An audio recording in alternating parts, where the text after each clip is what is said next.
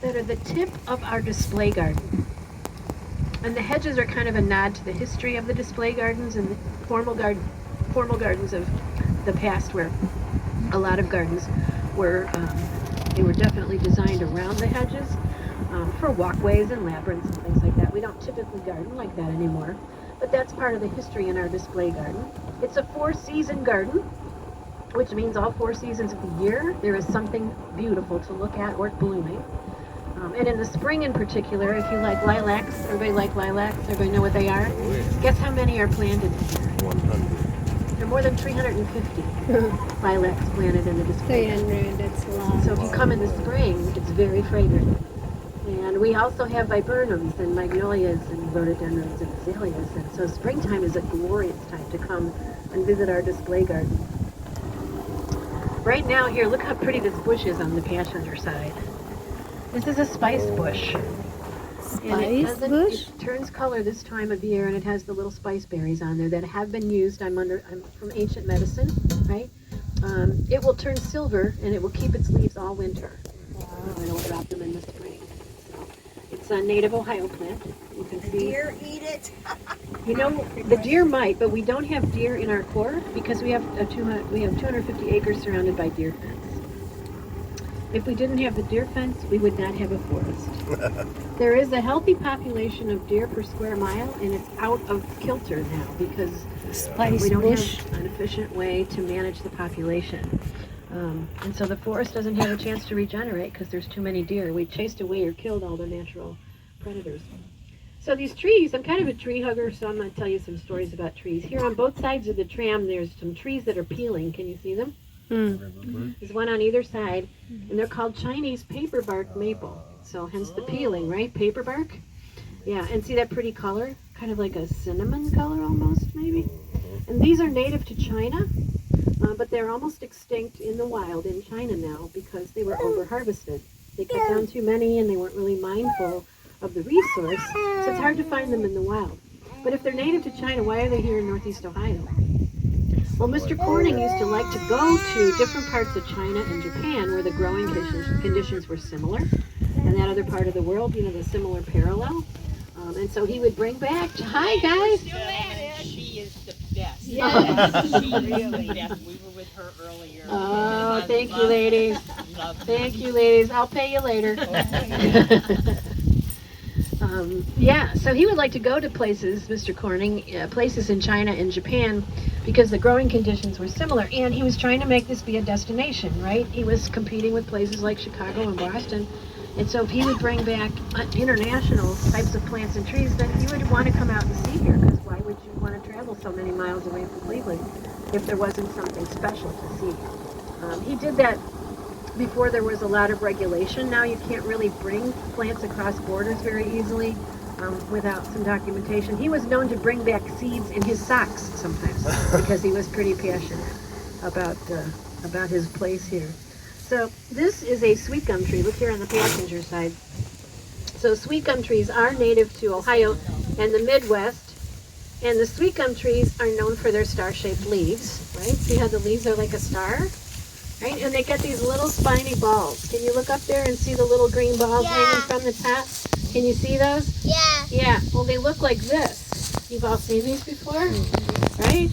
We used to throw them at each other when we were kids and stick them down each other's shirt. Abby, would you like a sweet gum ball? Promise you can't eat it. No? You want to touch it? You can have it. You can have it. Yeah. No. No, I got it. All right, so that's the seed pod for these trees. They're native to Ohio. They're beautiful. They are turning. I like how they turn in the fall. They're the last ones to turn, and you can get almost 3 different colors on one leaf. They're so pretty, but they spread out, so you do need space, and you surely wouldn't want to plant them anywhere near a sewer. You know, they can take a lot of space. On the other side of the tram is another Asian variety of tree. This one is called a lace bark elm tree. Look at the bark. Doesn't it look like it's been woven? You know, or painted, lace bark. It's got 2 different colors, that beautiful buff and the gray or blue gray, and these are native to Asia as well. So just another kind of tree that you wouldn't ordinarily see in Northeast Ohio. Hold on, it's too loud. Hey, if somebody comes in and say they have lost a baby blanket, Okie dokie. So on the other side of the tram is a pond, and this is Lotus Pond, and it's in the shape of a lotus plant. If you've ever seen a lotus plant, you know it kind of looks like a dinner plate with an indentation in it. And so where that bench is, that's kind of where the indentation of the lotus plant comes in. And there are bass and bluegill in here, and snapping turtles and frogs and things. So it's a beautiful little pond, and it's blooming most of the time, but everything's getting ready to hibernate now. So it's a little bit not as beautiful as some other times of the year. But look across the pond and up into the trees. Can you see the tower? Yeah. Look way across the pond and up into the tree line, up into the sky. There's a tower. Can you see the tower? No, straight across the pond. Yeah, here, up that's into a the tower. sky. See the tall tree on the pond there? People walking on the platform line. Yeah. So there's a big tower over there. Can you guys in the back see it yet? Yeah, we Yeah? can see it. So that is 12 stories tall, 120 feet. Has anybody climbed it? Yeah? Okay, well you need to climb it. Come on. Get up there. So there's 202 steps, but it is a spiral staircase that's enclosed, and the steps are fairly shallow, and you have 6 resting platforms, so you can take your time. And it is worth it to climb up there to take a look at what you can see down on the forest from up at the top there. It was built by military helicopters.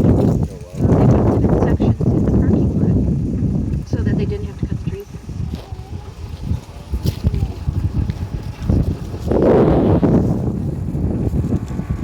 These beautiful bushes here on the driver's side are turning all different colors. These are viburnum bushes, and they bloom beautifully white in the springtime. Very, very fragrant, but they're quite pretty. The leaves turn like trees do as they start to die back. Oh, look at that maple that's on fire there. Look at that on the passenger side. With the yellow, that's a ginkgo in behind. See the gold? That's a ginkgo tree. Those turn really beautiful also. So I'm stopping here because this is the R. Henry Norweb Jr. Tree Away. And this is a 500-foot walkway that goes all the way down into our rhododendron discovery garden. Does everybody know what a rhododendron is? Right? It's a blooming plant, right? We'll talk more about them later. But an allée is just a French word for a path that's lined with trees. Nothing fancy there. Henry Norweb was he was Albert Holden's grandson. And he was the first paid managing director. And he was a beloved family member who did a lot to develop this place, so they put his name on this allée. Normally an allée only has one kind of tree. That's really pretty. You'll have the symmetry on one kind of tree, but it's vulnerable. Because what happens if the tree gets diseased? You have to cut down the whole allée. Usually when one tree gets it, the rest of them in that particular kind of species also do. And you could die. And we know we've been struggling with that. You've heard of the emerald ash borer and the Dutch elm disease, and we don't have chestnuts anymore. We're struggling with beech leaf disease and oak wilt, so we know it happens.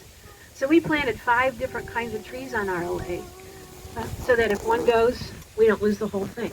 All of these trees have been there for about 25 years. So if you're looking to plant a tree, which is what we want everyone to do, plant trees. If you have to cut one down, plant 2. If you can find a place to plant a tree or a pollinator, please do it. 86% of Ohio's forest is located on private property. Please plant trees. It takes all of us to do this. So the 5 trees on here are expected to do well for climate change and also in northeast Ohio. They're all fully grown, or mostly. So if you walk down here and you're looking to plant a tree, you can get an idea of the kinds that might be there and how much space you would need and how far away from the house you want to plant it. I just had to cut down a 100-year-old red oak tree because someone planted it 2 feet from the barn. And, after a while, there's only so much trimming you can do because it's the roots, right?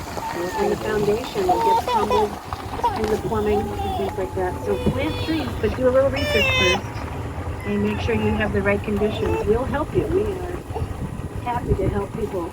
This is the lake? This is the lake. This is Corning Lake. So Corning Lake is the name for Mr. Corning. Lily pad. And there's 2 different kinds of fish in here, bass and bluegill. And you can fish in here if you're a member. You can't go on a boat, but you can fish from the shore. And we have an island. If you look on the other side of the island, you can see the island and the footbridges that go to and from the island. There's a nice path that goes all the way around the lake. You can see some folks walking on it. And that little building on the far shore is the original visitor center.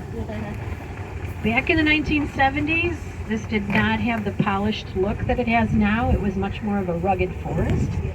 And so that little building back there, that was the original visitor center. You can go in there now. It's called the Roberta Holden Bird Blind.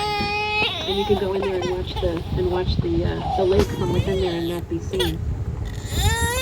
On the other side of the tram is a low-lying area all along the LA. Can you see the low-lying area here?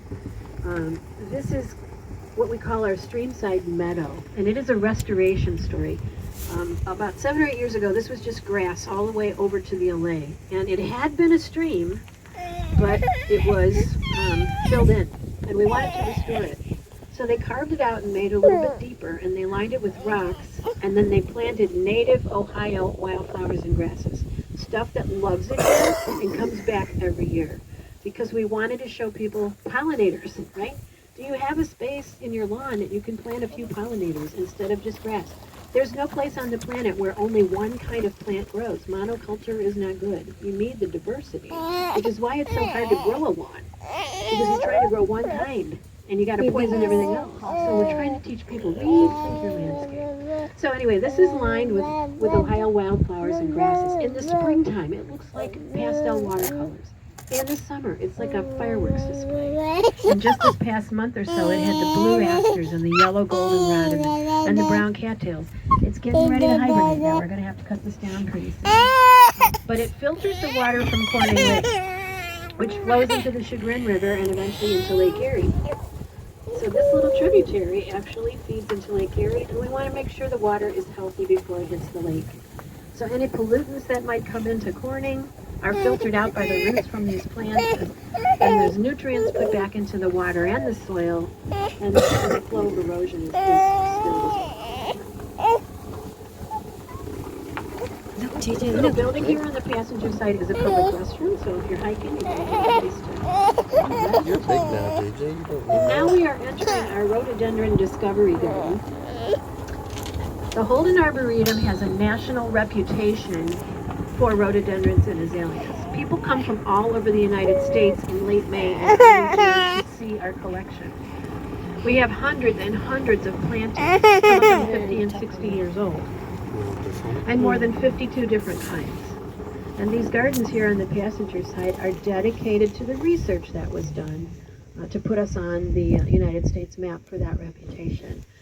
3 areas to explore, where you can learn more about rhododendrons and azaleas and where they come from and how you can grow them. Gorgeous gardens, though that's not the only thing that's planted in there, and a lot of our brides like to get married in these gardens because some of the stone pathways and